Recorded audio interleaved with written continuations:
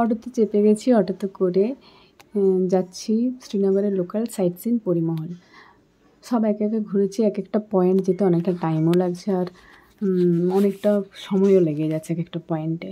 Tulip garden করার পর চাশমিশ ফেরে গিয়েছিলাম, তারপরে পরিমহল আসছি। তো পরিমহল যেতে গেলে অটো করতে হয় আলাদা করে রিজার্ভ করে, তো অটো রিজার্ভ করেছিলাম, তারপর পরিমহল পৌঁছে গেছি।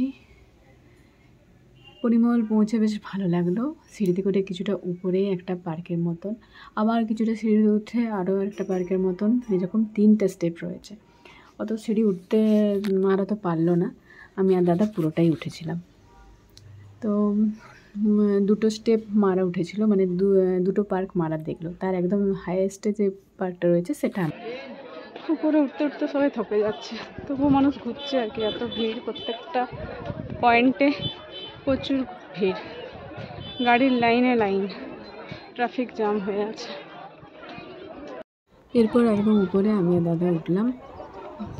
থকে গেছি কিন্তু কিছু করার নেই, এসছি যখন ঘুরে তো দেখবোই কেমন সুন্দর সিনারি। সত্যি মানে উঠতে কষ্ট হলো, খুব সুন্দর সিনারি, দেখেও মুগ্ধ হয়ে যাবেন। যত উপরে যাওয়া যাচ্ছিলো তত সুন্দর লাগছিল, মানে পুরোটার ভিউটা এত সুন্দর আসছিল যে কী বলবো। সবুজে ঘেরা পুরনো ধাঁচে সেই পুরনো মহল আর পাহাড় চারধারে ঘেরা, সবুজ আর সবুজ, সুন্দরভাবে গোছানো, এক কথায় অপূর্ব দৃশ্য।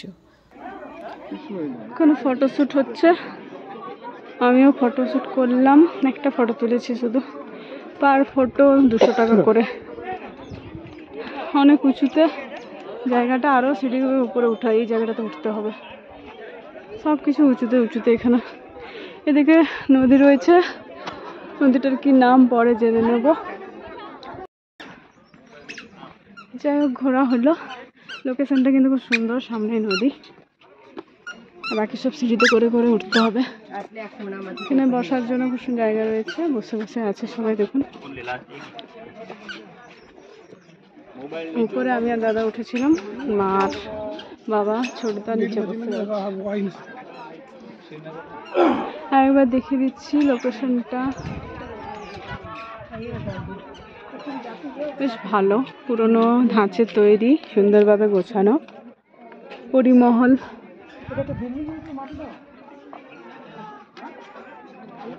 এবার নেমে যাচ্ছে, আমাদের গাড়ি নিচে ওয়েট করছে।